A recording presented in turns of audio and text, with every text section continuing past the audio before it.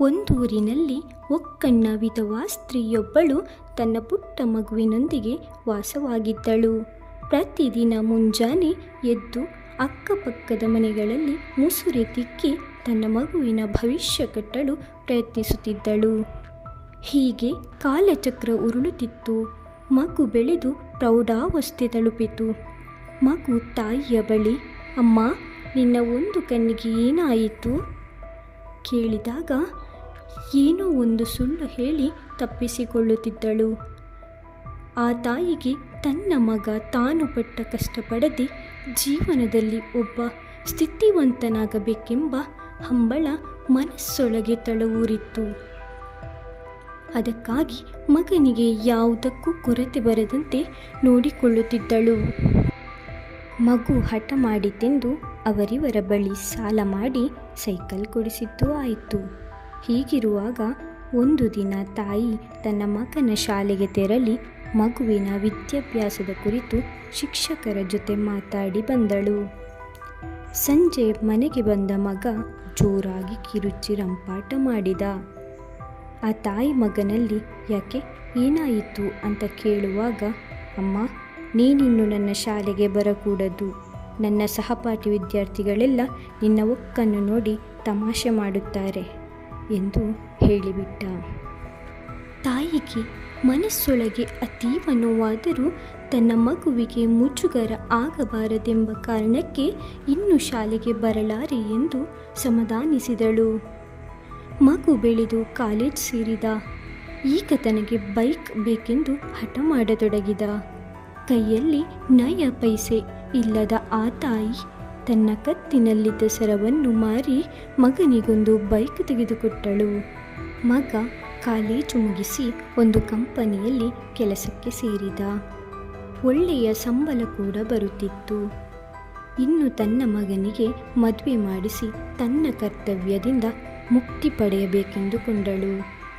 ಅದೇ ರಾತ್ರಿ ಮನೆಗೆ ಬಂದ ಮಗನೊಡನೆ ಈ ವಿಚಾರ ಮಾತಾಡಿದಳು. ಆಗ ಮಗ ತಾನು ತನ್ನ ಕಂಪನಿಯಲ್ಲೇ ಕೆಲಸ ಮಾಡುವ ಯುವತಿಯೊಬ್ಬಳನ್ನು ಪ್ರೀತಿಸುವುದಾಗಿಯೂ ಅವಳನ್ನೇ ಮದುವೆಯಾಗುವುದಾಗಿಯೂ ಹೇಳಿಬಿಟ್ಟ. ಸರಿ, ವಯಸ್ಸಿಗೆ ಬಂದ ಮಗನಿಗೆ ಎದುರು ಮಾತಾಡಿ ಮನಸ್ಸು ನೋಯಿಸುವುದು ಬೇಡವೆಂದು ಅದಕ್ಕೂ ಒಪ್ಪಿಗೆ ನೀಡಿದಳು. ಮಗನ ಇಚ್ಛೆಯಂತೆ ಅದೇ ಹುಡುಗಿ ಜೊತೆ ಮದುವೆ ನಡೆಯಿತು. ಮೊದಲು ಸರಿಯಾಗಿ ಇದ್ದ ಸೊಸೆ ಸ್ವಲ್ಪ ದಿನ ಕಳೆದಂತೆ ಬೇರೆ ಮನೆ ಮಾಡುವಂತೆ ತನ್ನ ಗಂಡನನ್ನು ದಿನವೂ ಪೀಡಿಸುತ್ತಿದ್ದಳು. ಈಗಂತೂ ಕೈಯಲ್ಲೊಂದಷ್ಟು ಹಣವೂ ಇತ್ತು. ಪತ್ನಿಯ ಇಷ್ಟದಂತೆ ಹೊಸ ಮನೆ ಮಾಡಿದ್ದು ಆಯಿತು. ಈಗೀಗ ಸೊಸೆಗೆ ತನ್ನ ಒಕ್ಕಣ್ಣ ಅತ್ತೆ ಗಂಡ ಹೆಂಡಿರ ನಡುವೆ ಇರುವುದು ಸರಿ ತೋರಲಿಲ್ಲ.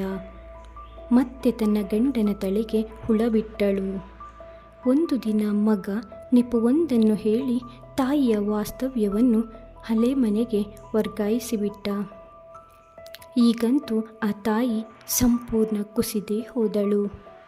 ಮಗನ ಬೇಕು ಬೇಡವನ್ನೆಲ್ಲ ಪೂರೈಸುವ ಬರದಲ್ಲಿ ನಯ ಪೈಸೆಯೂ ಕೂಡಿಟ್ಟಿರಲಿಲ್ಲ. ಮೊದಲು ಪ್ರತಿ ವಾರವೂ ಬಂದು ಒಂದಷ್ಟು ಹಣ ನೀಡಿ ಹೋಗುತ್ತಿದ್ದವ ಈಗೀಗ ಬರುವುದು ಅಪರೂಪವಾಗಿ ಬಿಟ್ಟಿತ್ತು. ಆ ತಾಯಿಗೆ ಒಂದು ಹೊತ್ತಿನ ಊಟಕ್ಕೂ ಮಗನ ಹಾದಿ ಕಾಯುವ ಸ್ಥಿತಿ ಬಂತು. ಒಂದು ದಿನ ನೇರವಾಗಿ ಮಗನ ಮನೆಗೆ ಬಂದ ತಾಯಿಗೆ ಸೊಸೆಯ ಚುಚ್ಚುಮಾತು ಅಪಮಾನವೇ ಬಹುಮಾನವಾಗಿತ್ತು. ಮನನೊಂದ ತಾಯಿ ಉಪವಾಸ ಸತ್ತರೂ ಚಿಂತೆಯಿಲ್ಲ, ಮಗನ ಮನೆಗೆ ಮತ್ತೆಂದೂ ಕಾಲಿಡಲಾರೆ ಎಂದು ಮನಸ್ಸಿನಲ್ಲೇ ದೃಢ ಸಂಕಲ್ಪ ಮಾಡಿದಳು.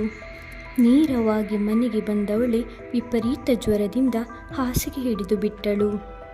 ಮಗನಿಗೆ ಸೂಜಿ ಮೊನೆಯಷ್ಟು ನೋವಾಗಬಾರದೆಂದು ತನ್ನ ಹೃದಯದೊಳಗೆ ಕಾಪಾಡಿದ ತಾಯಿ ದಿನ ಕಳೆದಂತೆ ಹಾಸಿಗೆ ಬಿಟ್ಟು ಏಳಲಾರದ ಸ್ಥಿತಿಗೆ ತಲುಪಿದಳು. ಒಂದು ದಿನ ಆಫೀಸಿನಲ್ಲಿದ್ದ ಮಗನಿಗೆ ಕರೆಯೊಂದು ಬಂತು.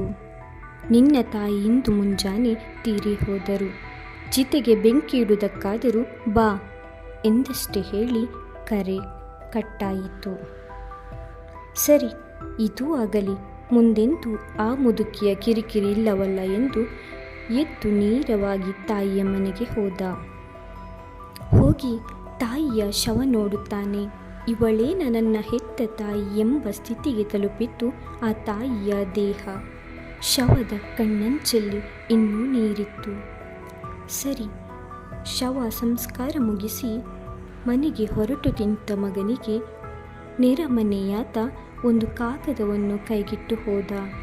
ಆ ಕಾಗದ ತೆಗೆದು ನೋಡಿದ ಮಗನಿಗೆ 100 ಸಿಡಿಲು ಒಂದೇ ಕ್ಷಣ ಬಡಿದಂಥ ಅನುಭವವಾಯಿತು. ಆ ಕಾಗದದಲ್ಲಿ ಹೀಗೆ ಬರೆದಿತ್ತು: ಮಗನೇ, ನಾನಿನ್ನೂ ಹೋಗುತ್ತೇನೆ. ಆದರೆ ನನ್ನ ಒಂದು ಕಣ್ಣು ಏನಾಯಿತು ಎಂದು ಚಿಕ್ಕವನಿದ್ದಾಗ ನೀನು ಕೇಳುತ್ತಿದ್ದೆ. ಆದರೆ ಇನ್ನೂ ಚಿಕ್ಕ ಮಗುವಾಗಿದ್ದ ನಿನ್ನ ಮನಸ್ಸು ನೋಯಿಸಬಾರದೆಂದು ಏನೇನೋ ಸುಳ್ಳು ಹೇಳುತ್ತಿದ್ದೆ. ಇಂದು ನೀನು ಬೆಳೆದು ದೊಡ್ಡವನಾಗಿದ್ದೀಯಾ. ಸತ್ಯ ನಿನಗೂ ತಿಳಿಯಲಿ.